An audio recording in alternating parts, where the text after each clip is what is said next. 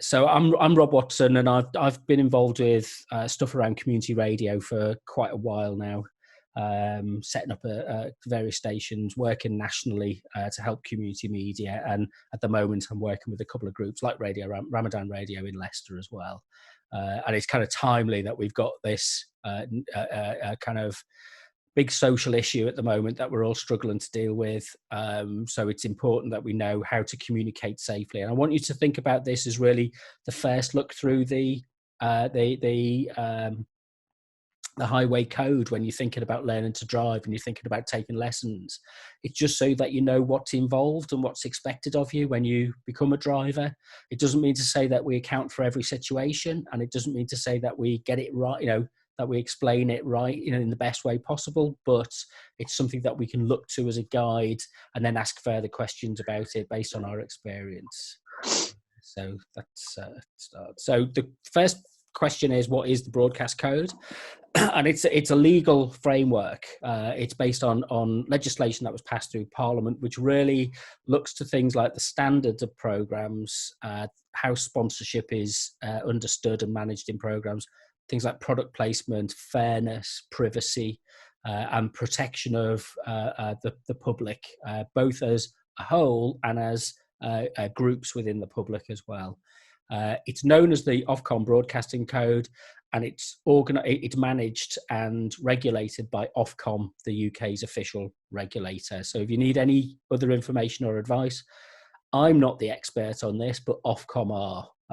So my expertise is based on what I understand from the code, and I go back to the code when I need to refer to anything. So we always defer to Ofcom. They're in charge of this. It's also informed by information that comes from other bodies and other parts of the legal framework. So things like the Human Rights Convention, the Communications Act, the Equalities Act in 2010, the Official Secrets Act, the EU legislation that might change in the future. Also the license that a station is given to broadcast. It stipulates certain criteria about the relationship between music and speech and the type of audience that a station serves. But also the Official Secrets Act, and I think crucially important today is any kind of emergency legislation that's in place that might supersede standard law, but becomes into effect in a situation of national emergency. And so we've got to be mindful. And there's an example, a very timely example, which I've included in this, which I'll point to later. The basic issues of the regulation, though, is that it's the responsibility of the license holder to ensure that the station is compliant with the Ofcom code, and the program maker. So we are responsible for making sure that our program material complies with the code. Ofcom doesn't tell us in advance what we should broadcast. It only regulates if there's been a complaint or, as they call it, a breach of the code. And it's Ofcom who makes the decisions and arbitrates on what is and what is not a breach in that code. So we might have a personal different view about that, but we have to abide by what Ofcom says. And they do that in as open and transparent a way as they can, so that it's open to public scrutiny and amendment by through the political process. But the general issue is not to cause harm and offence, unnecessary, should I say, harm and offence to the public. So in mind, this presentation might include some references to bad language or content of an adult nature, and that you wouldn't normally carry in broadcasting. So just double check that, if your family's sitting around listening to this as well, that they're aware. If you've got kids around, they might not want to be part of the conversation or to hear this presentation. So just be aware that it doesn't go into any detail with anything, but it might be that we raise some questions about some of these issues. Basic points for radio. There's a number of basic points which we can identify, which is really about accountability, and that so we know who all of our contributors are as much as possible. So our presenters are record, their names and contact details are recorded. The station is identified. When somebody tunes in, now most, in some circumstances, people have a DJ name, particularly music DJs, but the station will have a record of who that person actually is. So if somebody's tuning along the dial and they stumble across the station and they have a question or they don't like the content and wish to complain to the station, that's a named person that everybody knows who it is, and the station is identified as well. So you've got that accountability, and it's the station license holder who is, for this, they're the ones that they're God in this instance. They have to be, it's their final decision on this, because they're the ones who are accountable to Ofcom and the organisation that manages the station as well. Primarily, then, the role of the station is to protect the protection of children, to avoid unnecessary offence, to avoid any potential harm that might come from things that we broadcast, and to make sure that the content that we share is fair, and that we respect people's privacy in that process, and that we're accurate about the way that we share that information, and that it's based on evidence and not just random hearsay. This is not social media. When you see people in your Facebook stream sharing fake news and all that kind of stuff, this is why community media is different. Community radio is different, because we've got a responsibility in law and in the broadcast code to identify our sources of information. And then the last one is anything that is expressed, which might be a commercial communication, is properly identified within the station. So these are the broad points that we'll cover today. Some will go into more detail than others, some we won't touch at all, and some relate to different aspects of our broadcasting in different ways. And Ofcom, when they make a decision about things, they will often refer to simultaneously different elements of the code in order to come to their decision. So they won't just apply something under one ruling. It might be applied under 2 or 3 elements of the ruling. Other issues to take into account and that we should be aware of is general media law. So things like slander and libel that could get you in the courts for misrepresenting somebody's reputation, or claiming facts about somebody which aren't true. And that could be an action that somebody chooses to seek redress through, that they're entitled to seek redress through the courts. Likewise, information that's covered by the Official Secrets Act, and then information and the emergency regulations that we might be covered by in time of a crisis. And this might be, for, say, example, if you were planning to do outside broadcasts, and that in a lockdown situation, as we're being asked to observe at the moment, we might not be able to do outside broadcasts or reporting in the same way that we would have done it before. That doesn't mean to say that we can't do it. It just means that we have to do it and be mindful of the existing regulations, and we take more advice and guidance about how we do that in those circumstances. And that's new to me. So, I'd be unsure about that, and I'd need to ask and double check how we might do those kind of things. Just a quick check-in to make sure that everybody's okay at this point. If it's going okay, just let me know if it's not. And if you need any recaps, I'll try and give a pause every now and again just to kind of absorb the information. I think crucially, it's our responsibility as program makers to comply and be aware of what the code expects of us. So nobody else externally is going to come along and tell us what we should or shouldn't do. This is a self-regulation system, which is, as we should expect in an open, democratic, and fair society, that people take responsibility for what they communicate.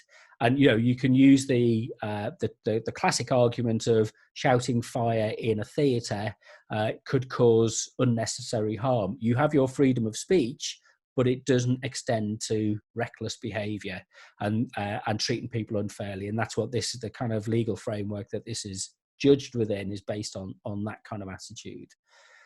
There's a couple of questions, and I've got a rule of thumb which we can follow in a few minutes, which I'll show you, but there's a couple of questions really that you should be asking as program makers, presenters, contributors. Is any of our content in the first instance likely to upset children? Is it likely to mislead anybody? Are the facts that we explain or communicate accurate? And if they're not accurate and there's some doubt about them, what's the attribution for those facts, and what's the kind of way that they're communicated? And it doesn't mean to say, what the code doesn't do is to say there are certain things you can't do. There are no topics that you can't discuss. There are no topics and areas that you can't, unless it's covered by the Official Secrets Act, that you cannot engage with. But you have to do it in very specific ways, which are defined by their accountability. So general discussions. The rule of thumb, and I'll recap this at the end, the rule of thumb is, if you're making general content that, it's kind of, we're just ordinary people with general expertise of life, then ask yourself the question, is what you're covering clean? Is it uncontroversial? Is it honest? And is it fair? And if you stick to those kind of rules of thumb, you should be pretty much okay in terms of what you can and cannot share on your program. If you're unsure about any of them, ask questions about it. So ask the program controllers, station manager, other presenters who've got more experience. But don't rely on people who've got lots of experience. They might have got bad habits, and that as new presenters, you might have a fresher understanding of the circumstances of how things work. So experience, it's like being out on the roads. Experienced drivers are not always the best teachers. We accumulate lots of bad habits, and sometimes we need somebody to come along with a fresh pair of eyes and to suggest that we have to look at things in a different way. One crucial thing that we have to do, we're obliged to do, all radio and broadcast media, so television and radio, excuse me, has to keep a record of the transmissions. So you keep that for 42 days, and you have to keep it on file as a data file or a tape. Now it's much more easy to log the data before it goes to the transmitter. And if there's a complaint, Ofcom can ask for a copy of a specific part of the recording relating to a specific time. And the worst thing that you can ever do is to try to fake that or try to misrepresent that. You give them the information. Ofcom would shut you down if you try to misrepresent the information that they request. So when Ofcom comes to apply the code, I think the license, somebody's just asked, is the license code? I think it's Z, if I'm not mistaken. That was. I thought it was going to be Mohammed, but I think it's Z this time. So we'll double check on that. We need to make that clear. When they apply any kind of rulings, there's a set of questions that Ofcom ask in terms of who and what likely harm there is likely to have taken place. So they ask questions about the degree of harm, the size and composition of the potential audience, what the expectations are of the audience, and they vary and change. I'm approaching this from a general radio view. We need more specialist, more local, if you like, guidance, particularly as it relates to programming for Ramadan with an Islamic flavour. So things like an expectation of when children are listening. So if children are breaking their fast in the evening with the family and you have the radio on, that's different from the expectation of children listening to the radio in the car on the school run. So these things can change and they're not fixed. And what Ofcom are often concerned about is, because it's an open and public broadcast system and you chop and change between different stations, what happens if somebody comes across your program, on a station, on your station, and they're not aware of the content and they're not aware of the type of station. So how you signal what the station is about and what the kind of content at a particular time of day or time of the week when that would be appropriate. And how you manage that change is quite important. But one crucial factor that I think the code is there both to protect the public, but also to protect the program makers and to make sure that you're operating with independence, editorial independence, so that you're not unduly influenced by other factors, commercial, kind of employment factors, those kind of things, who your boss is. When you're on air, you have the same responsibilities as every other broadcaster, and your employers and your parents and your spiritual advisors have to respect that you have these duties as soon as you sit behind the microphone to produce your program and share your content. A big area that Ofcom focus on and is offensive language. This is where they get most complaints. And they do a survey every couple of years, about what the public's values are about offensive language. And these change over time. And there's also, Charmaine's been really great in indicating to me that there's particular words within the Muslim community which have a different effect or a different impact or a different connotation, a different slant in different communities. And we just have to be mindful of how the language is used. Typically, the problems come in if you're playing music, and some stations, like urban music stations, not checking the content, and a song gets played out. And we've got some examples of that shortly. So overall, if you want to find out more information, Ofcom has a website for the broadcast bulletin, and it covers both on-demand services and broadcast services. And you can read their past decisions. And I'd suggest that you go and have a look at some of these because they're fascinating. And looking through, they've changed the database. You can now search the most recent decisions. They used to publish a document, a newsletter every month or so, which you have to search through manually. Now they've produced an electronic database, so you can search through by the different sections, by the different issues. But it's always worth keeping a look of it. And Ofcom would expect that program makers, whether it's community radio with volunteers and non-professionals, or whether it's national mainstream professional broadcasting, keep themselves informed about the latest decisions and the reasons that those decisions were made. So it's our job as broadcasters, putting ourselves in a privileged public position, to keep informed about the latest information. Same as you would do if you're driving a car. Any changes in the rules and legislation about the highway code, it's your job as a driver to keep abreast of those changes. So the sections of the code there's 10 of them, and we only really need to cover, I think it's about 8 today, and I'll try and get through them as succinctly as I can. They can get a bit detailed. Don't worry about going into the detail today. This is an overview. This is kind of just something to kind of tick off where you might need to look at something or come back to it if you are thinking when you're planning your programs. And there's a checklist at the end which we'll share as well. So the first one is protecting the under 18s. Then we look at harm and offence. Then we look at crime, disorder, hatred and abuse. Then we can look at religious programming. Then due impartiality and due accuracy. Elections and referendums, which we don't need to cover today. Fairness, privacy. We don't need to cover commercial references on television, and commercial communications on radio. So they're the broad areas that we're going to cover. Now, we've got a little bit of interaction here, maybe not much, but if anybody can, let's just go for the name one of the main areas of legislation that informs the broadcast code.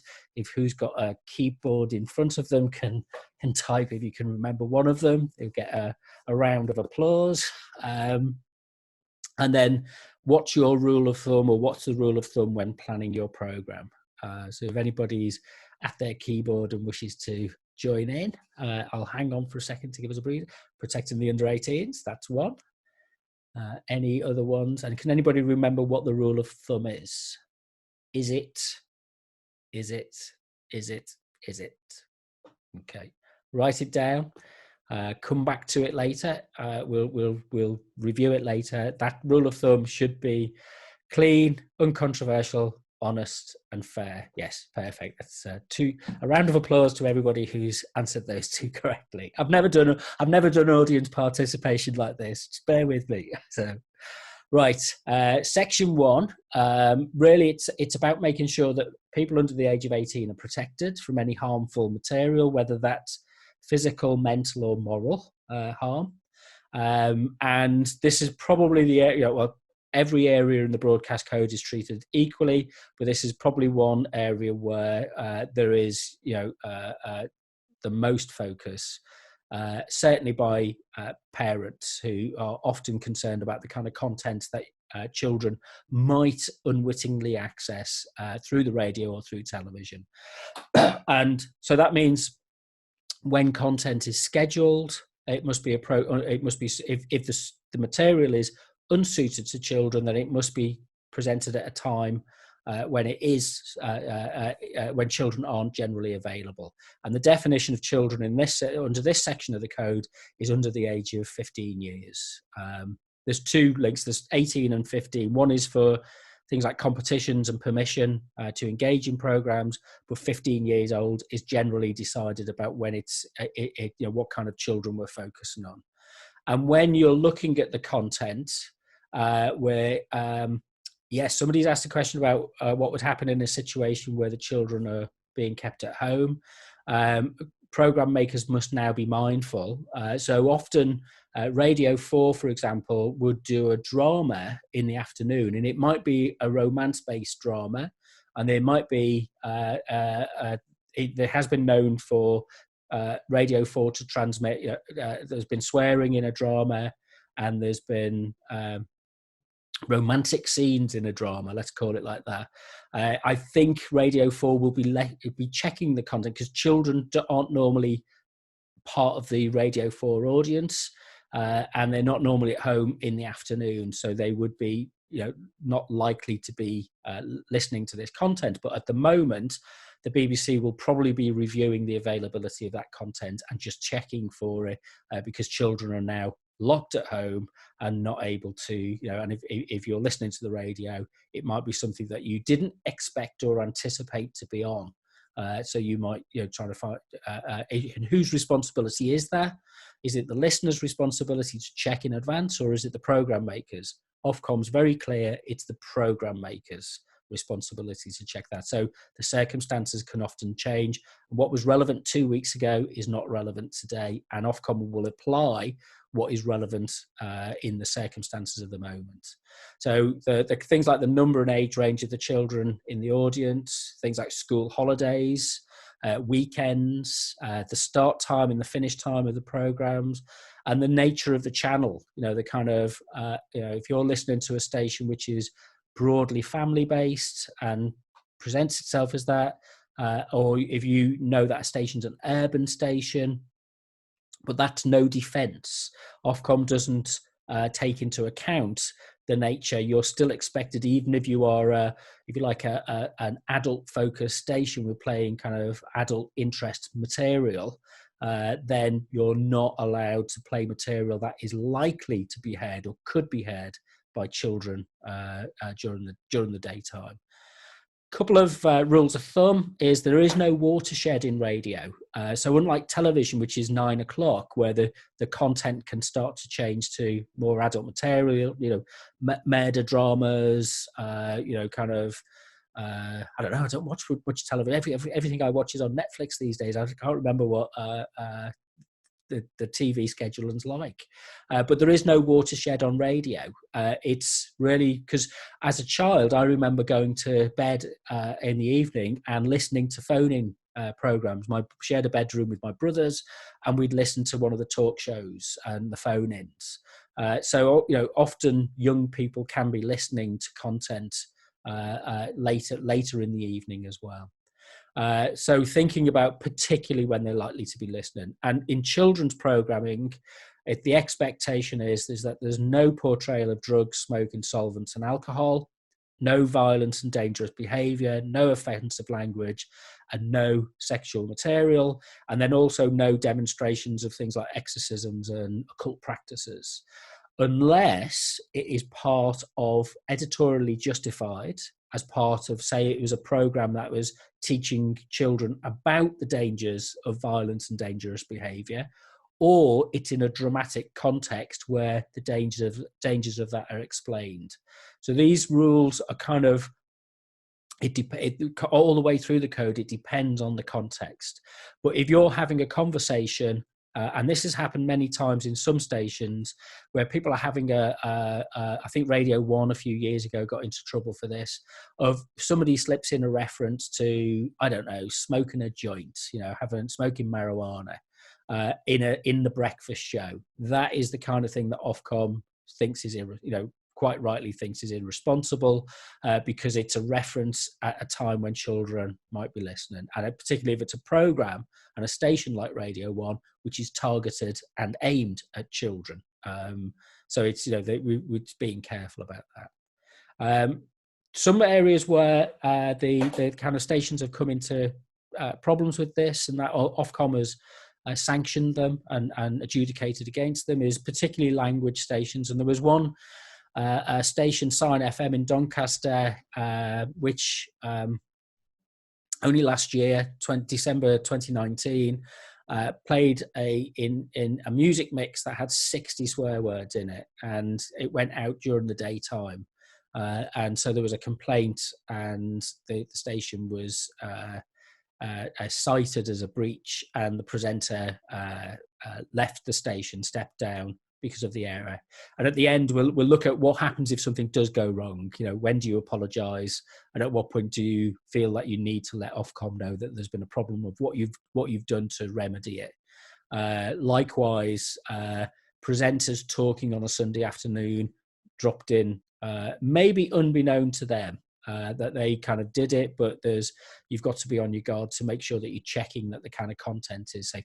Now, again, Charmaine's clearly indicated to me that bad language is frowned upon within Islamic practice, but you can never be certain if somebody's nervous, if somebody's anxious, if somebody's upset.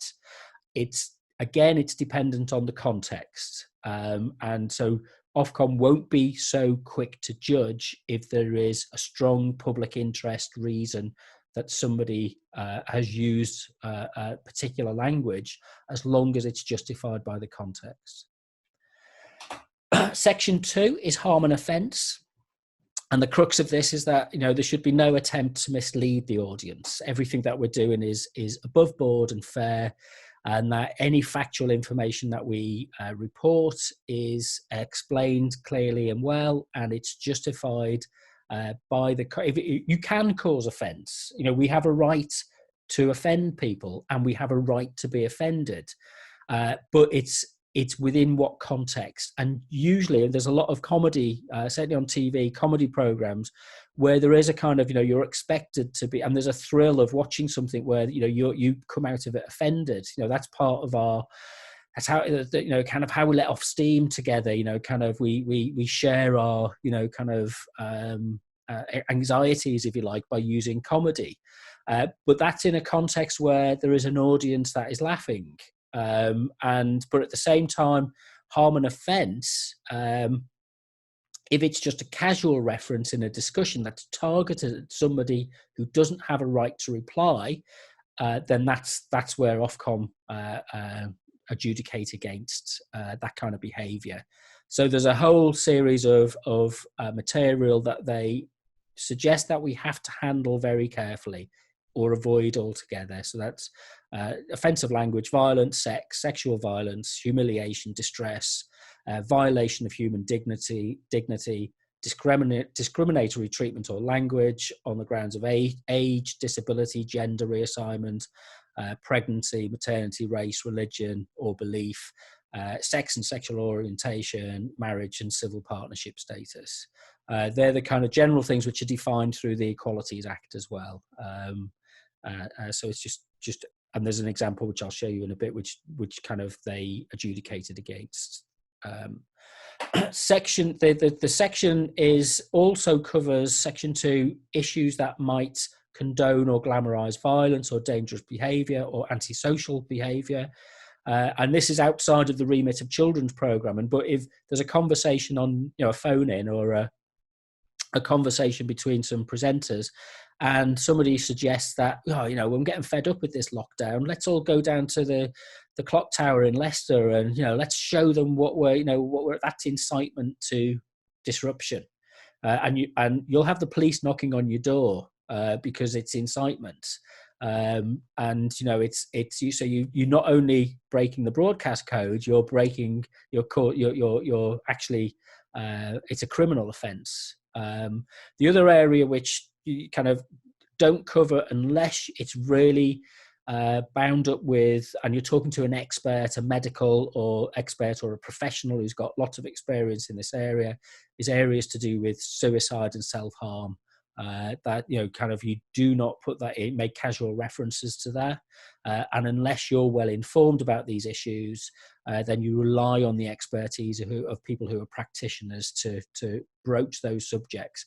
They might be issues which people could find to be useful to listen to, people's accounts and stories about how these issues have been these topics have been dealt with, but they have to be structured in a very specific way so that it's not just a kind of casual throwaway reference that could be misconstrued.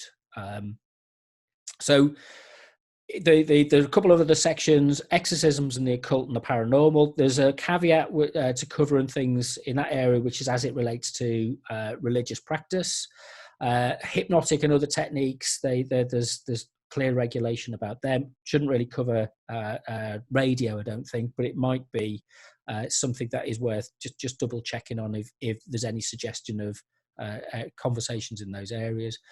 Crucially, broadcasting competitions and voting. This was a big issue a few years ago. Things like, if you're not live, don't ask people to call into the studio to make a request for it to be played out during that hour. That costs people money on their phones, their data networks, and they can't change or influence anything. Likewise with competitions. There was a case a few years ago that somebody had a competition for a car. I think it was a mini metro.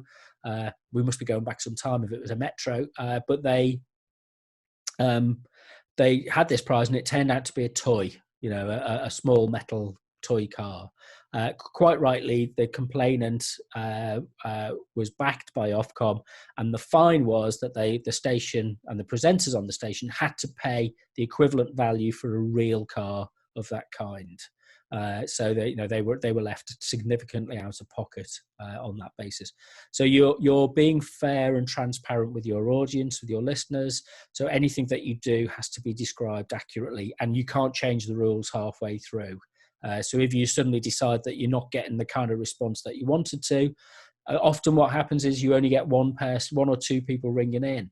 And what used to happen was stations would get their producers and their researchers to do a mock call in as well. You can't do that because that's misleading the audience about how if the competition isn't a success, it isn't a success, and one person is the only person who's responded, then they are the winner of that competition, not the hundreds that they anticipated. You have to be fair and clear and transparent with people.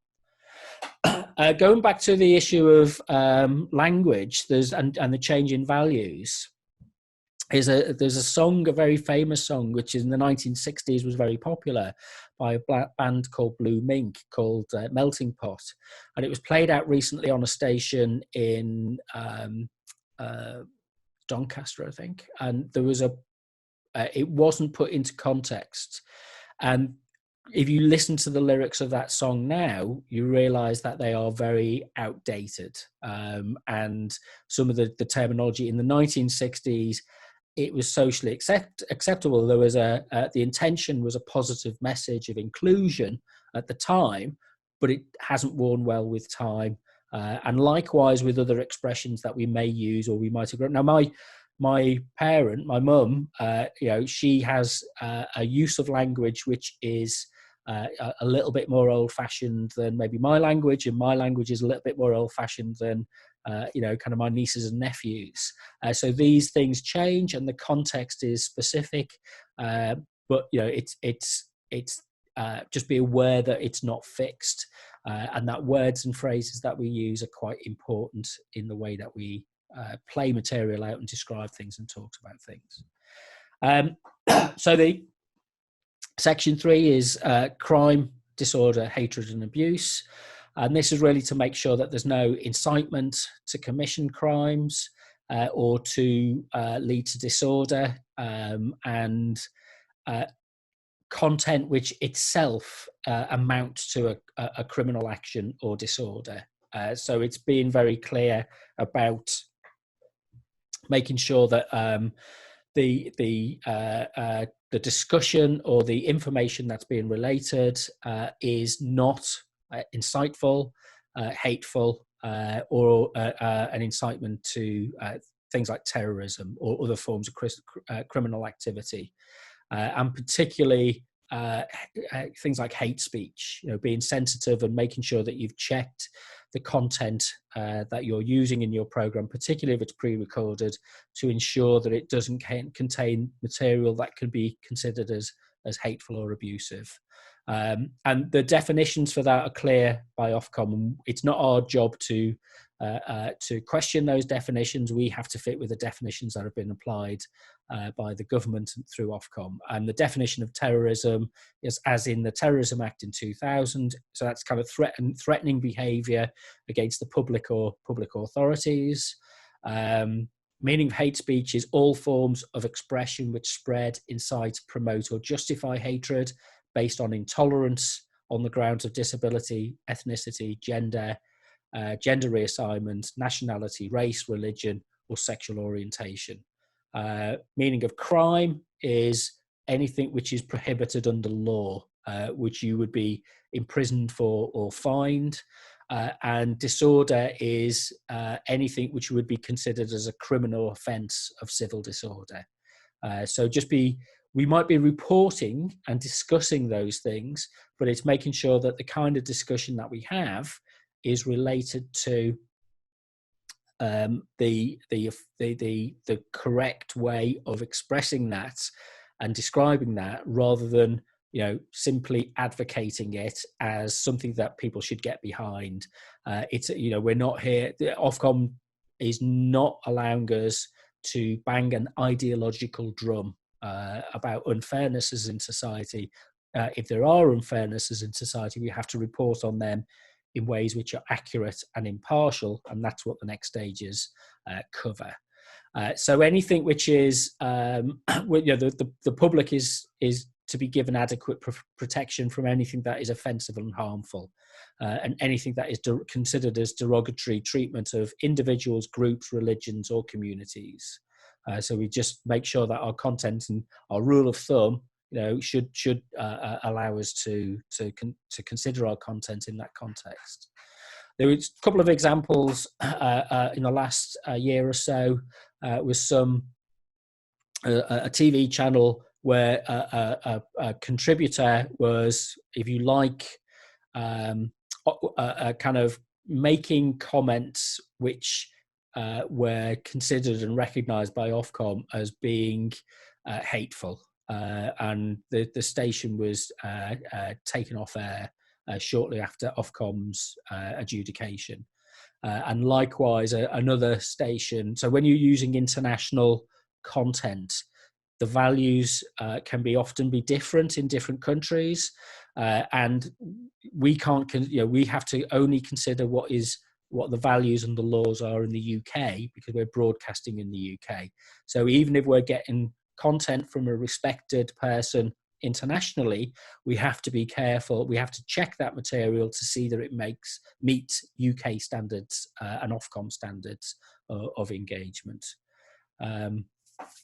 Section 4 is the section on religion, and this is here to both protect the public and protect the people of faith.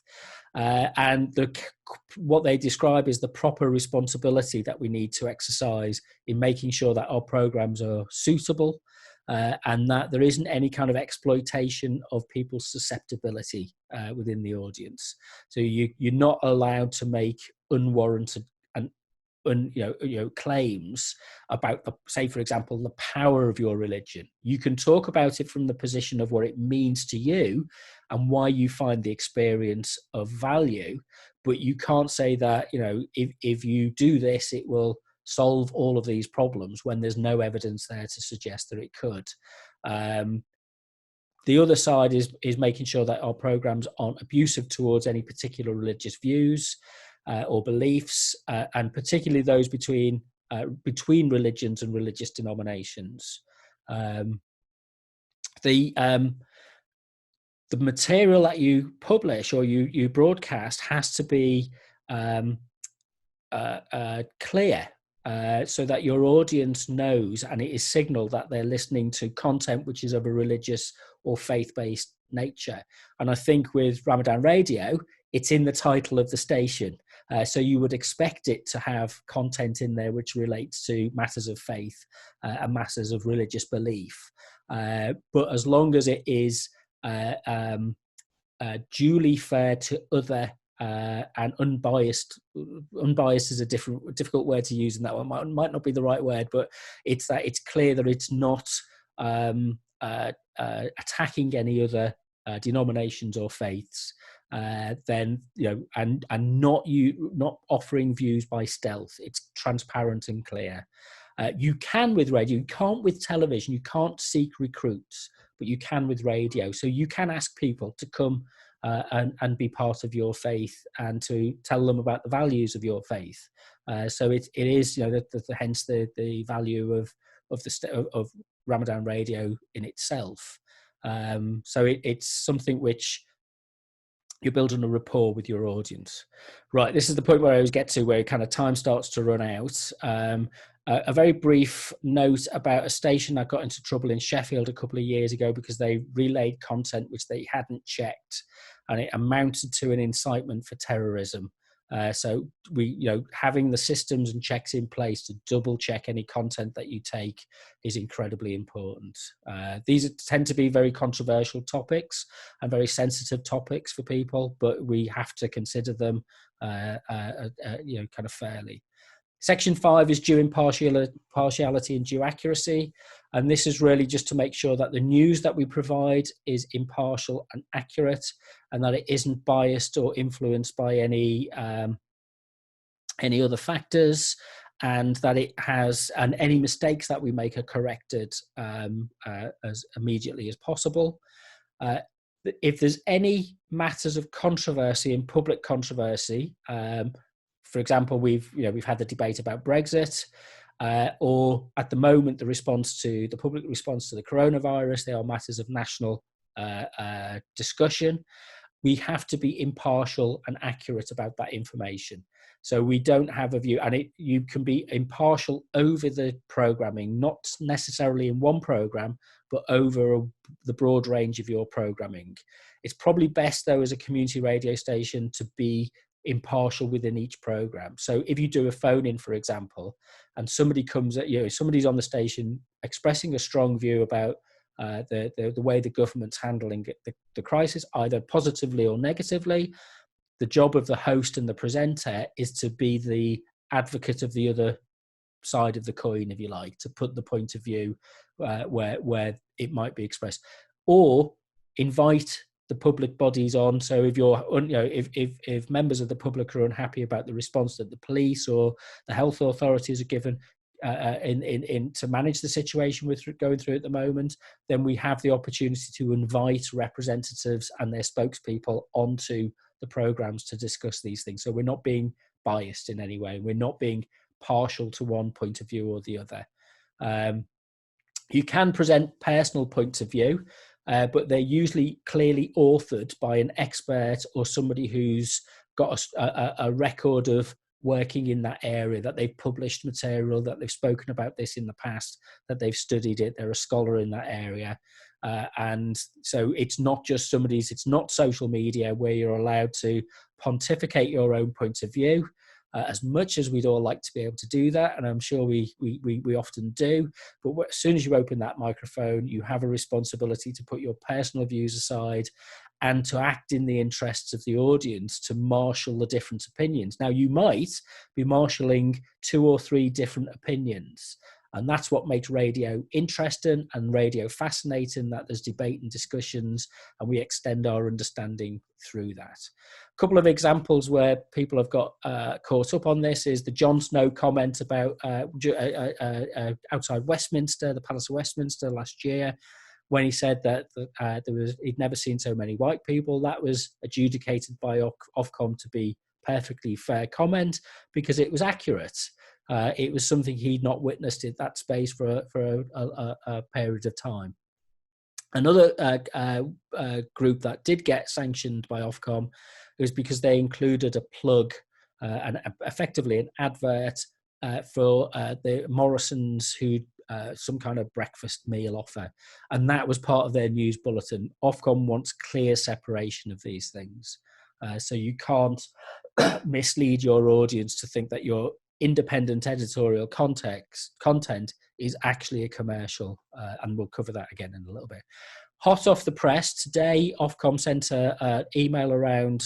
They've just sanctioned Uckfield Community Radio because there was a discussion about the origins of COVID-19 on the Uckfield FM, and they found that it breached the rules because the contributor who linked the outbreak of the virus with 5G technology. And Ofcom very quickly have sanctioned the station because it's ungrounded, it's unfounded. There's no evidence to suggest that it is. And there's no mainstream expertise from any professionals who would say that that's what's happened. So it's just an indication that Ofcom are monitoring these things and keeping an eye on what stations are doing. Section 6 is elections and referendums. We don't need to cover that. Section 7 is fairness. And this is really about giving people the opportunity to take part fairly in a programme or to have a right to reply and to be treated fairly in that programme as well. So you're not biased towards one group of people or another, and you don't exclude people either because of their views or because of their position.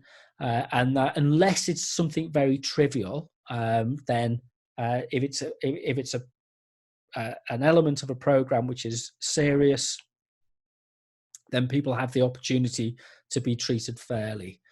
So what kind of contribution are people expected to make when they're asked to take part in a program? If they're part of a discussion or an interview, you have to give people a sense of what it's like. You don't have to give them every question, but you say what the general questions are going to be like. They have to be informed about where the other contributors might apply. So you don't want to set somebody up to be involved in a discussion where they're, if you like, victimized within that discussion, or they are ganged up upon by all of the other people in the discussion. That would be treating people unfairly.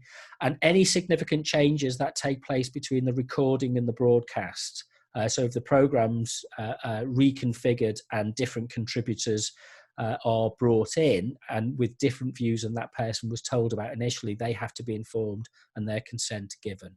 And then any information that's kind of offered about the program means that the public has to be able to know and make a decision about it.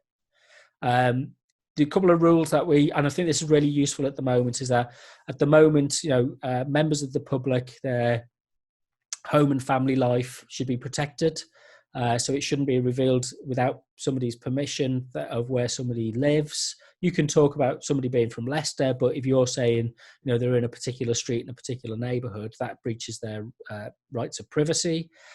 Also, if you're in a public area, you're still bound by, if somebody's passing and they still have rights of privacy not to be identified or not to be included in a programme. And, if you're out and about, and at the moment there's issues and concerns about public places such as hospitals, things like that. So Somebody's telling us that we've got a by-election is upon us. Oh no, I hadn't caught that one. So I'll follow that one up. If there is a by-election, I can't believe that a by-election would be held at the moment. I know all of the other major elections, like the London election and the PCC elections, were cancelled. So I will double check that one, because I can't see how a by-election could be held at this point. But thanks for that comment. That was excellent. If you call a phone-in programme, then you've been deemed to have given your consent for your material to be used within that programme. Particular attention paying the sensitivity of schools and prisons, that kind of stuff. It could be useful.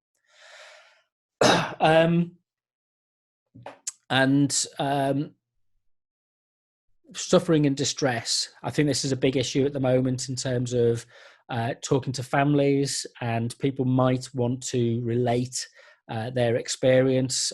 There's going to be a lot of people in with sad and difficult stories to relate, but they may wish to share that so that other people can learn from their experience, or to honour the people that they've lost. It just has to be managed sensitively and with their permission and consent. So we don't unnecessarily reveal people's identity in those circumstances, and we make sure that anybody who's been involved in things like past traumas or past crimes it should be handled sensitively, and this is where the safeguarding rules that we need to put in place come in to be relevant as well. I'll answer, there's a question about if we lose an MP. I'll answer that later, because it's an if question, and we probably have to come to that and let the major broadcast organisations cover that initially. So I'd suggest that we're not here to break news in that way, but we are maybe here to ask questions about how people feel and might respond to that. So there's again another way of doing that. Right, last couple of slides. If somebody is under 16, or if they're a vulnerable person, making sure that we've got consent from a parent or guardian is quite important. I'll leave this example. And then any commercial communications in radio have to be clear and transparent. So we have to make sure that advertisements are separate from programming, particularly in all programming, but news has to be very clear that we don't have sponsored news, and that we don't have commercial references in our news. The listeners should know if any material that is being broadcast has been paid for, and this needs to be signalled to the audience, and usually it's done by promos and jingles and spot adverts and sponsorship idents, that kind of thing. But we are fundraising, and Ramadan Radio is here primarily to aid and support fundraising. But you can't charge people for the fundraising service. It has to be entered into freely, and they have to be of a recognised charitable status within the UK. So a charitable body that is recognised as by the Charities Association Commission. And that they can provide evidence that they are of charitable status. They can then take out sponsorship and advertising in order to support the station. But when you do the appeal for fundraising, for giving, for gifting, then that should be free of any commercial influence arrangements that you might have. The appeal for services for the station to keep the station on air, that can be done quite openly and overtly, because that's what keeps you going. Come and advertise with us, because that's what will keep us on air. That's what the service is that we're here to provide. If you advertise with us, you keep our service running. That's a legitimate thing to ask people to do. Hopefully, only a few more slides. LBC got into trouble for an interview that Sheila Fogarty did with somebody from Bupa, which was actually paid for. So the big radio stations transgress these rules as much as anybody, and there's a lot of pressure sometimes for these things to happen, but Ofcom is very clear that you're not misleading your audience in any way. What to do if things go wrong? Really, it's a question of Ofcom might ask for the recording. They'll ask, how did the situation arise? Was it predictable or planned in advance? What could you have done to stop it from happening? And what did you do to remedy it? And did you broadcast an apology? Within the station, there will be clear, and I think our communication through WhatsApp and through the forum and through emails is so much better than it was, a few years ago. So just ask. If you're in doubt, ask and double check. It doesn't. The code isn't there designed to stop us from doing and talking about the things that we need to talk about. It's about doing it in a responsible way. I'm going to circulate. They're up on the forum, but I'll add them to the chat message here in a minute. A checklist to do beforehand before you do your show. So, are you planning to include any topics that might be controversial? Are you talking about anything to do with the courts? That kind of very difficult area to plan for. And what steps are you taking to ensure that information is impartial? A simple rule of thumb, and you get into the habit as you're making with experience of doing these things. After broadcast, you might just want to ask, did you take any content within the program that wasn't thought about first? And if it was different from what you anticipated, what did you do about that? Did it feature any children or vulnerable people? Was there any commercial messages in it? And the checklist asks not just what it was, but what you did to mitigate it, to reduce any harm that might have happened. Last couple of slides now, not got long to go. Rule of thumb again, reminder of the rule of thumb. Is it clean? Is it uncontroversial? Is it honest? Is it fair? If you pretty much stick to them, then you should be pretty much okay.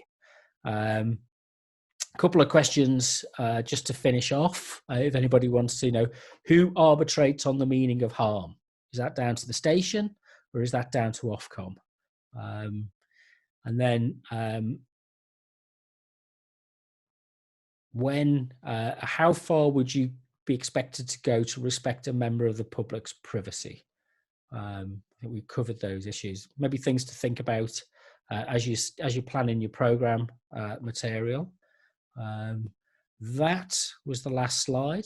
There's other information that you can get which might be relevant. So things like the Ofcom broadcast code is up online, but you could also look at some of the other broadcasters' guidelines, Sky News, National Union of Journalists, Channel 4's Producers Guidebook, the independent press regulator, Impress. Their guidance is available online as well. And my details are there if you want to follow up with any other information. And I'm on the WhatsApp group as well if there's anything to follow on.